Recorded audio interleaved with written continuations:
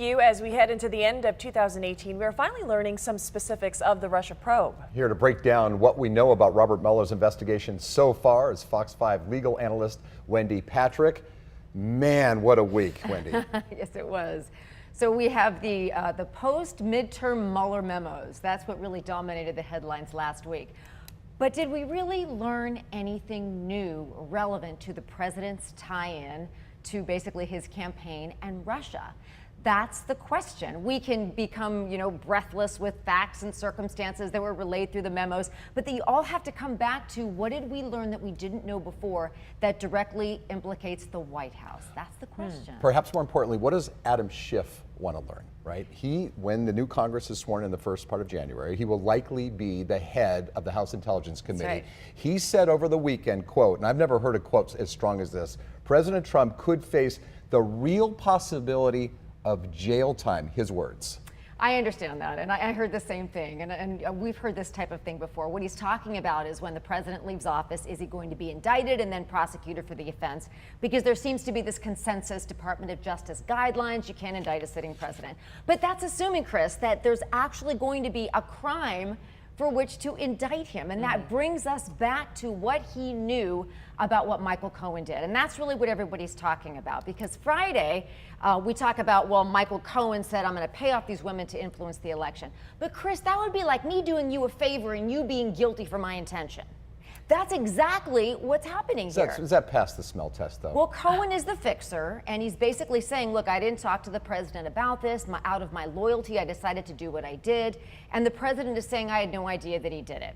Democrats are saying, like you said, Chris, come on. The president had to know what was going on. But the president on his part is saying, I didn't know. And proving that he did is easier said than done. You'd need to prove the president's intention to actually indict him, prosecute him, and convict him for this crime. Okay, so real quick, so the sentence is for Cohen, Manafort, and Flynn. I mean, are we close to the end yet? Wendy, what's going on? Well, we thought that before we read the memos last week. Why do I say that? The memos have been heavily redacted in Flynn's case, for example, but they reference ongoing investigations. So the question then becomes, are those the kind of ongoing investigations that are going to need to be tied up before the end of the year? Remember, we thought we were going to tie a bow on Mueller's probe before Christmas and it would be over and done with. But now that we've read a little bit more about what he's up to, apparently these investigations are ongoing, and what that means is it won't be a New Year's resolution tied up and ready to go by the end of the year. It's going to be something that stretches into 2019 and the new Congress. With the new Congress being sworn in, right. around January 3rd?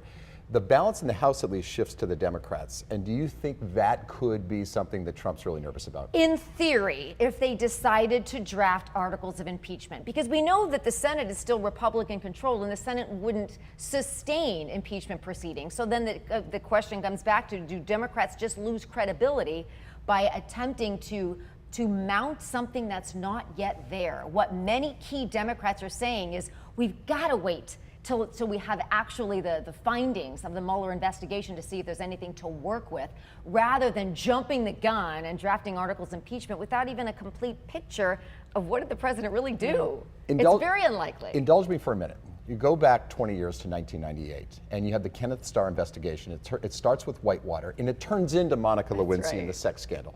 Now you have here, fast forwarding 20 years, Trump, and it could all come down to hush money paid through his attorney to women he allegedly had affairs with. Isn't it sad that there's so many parallels that we're talking about affairs and women and whether or not that's something that articles of impeachment were designed for, as opposed to high crimes and misdemeanors committed in office?